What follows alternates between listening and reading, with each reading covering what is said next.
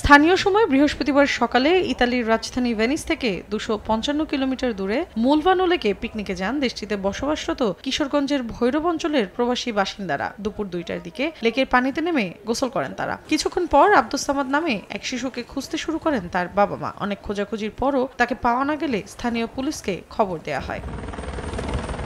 খবর পেয়ে দ্রুত ঘটনাস্থলে পৌঁছে ডুবুরিদের দিয়ে তল্লাশি চালায় আইন শৃঙ্খলা বাহিনী। কিছুক্ষণ পর পানির নিচ থেকে উদ্ধার করা হয় শিশু সামাদকে। উদ্ধারের পর দ্রুত নিকটস্থ হাসপাতালে নেওয়া হলে কর্তব্যরত চিকিৎসক তাকে মৃত ঘোষণা করেন। শিশু সামাদের মৃত্যুর ঘটনায় বাংলাদেশি কমিউনিটিতে বইছে শোকের ছায়া। যে দুর্ঘটনা ঘটেছে তাতে আমরা সবাই শোকাহত।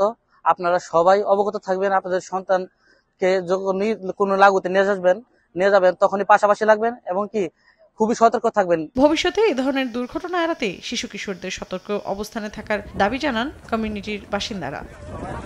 সময় সংবাদ, ইতালি।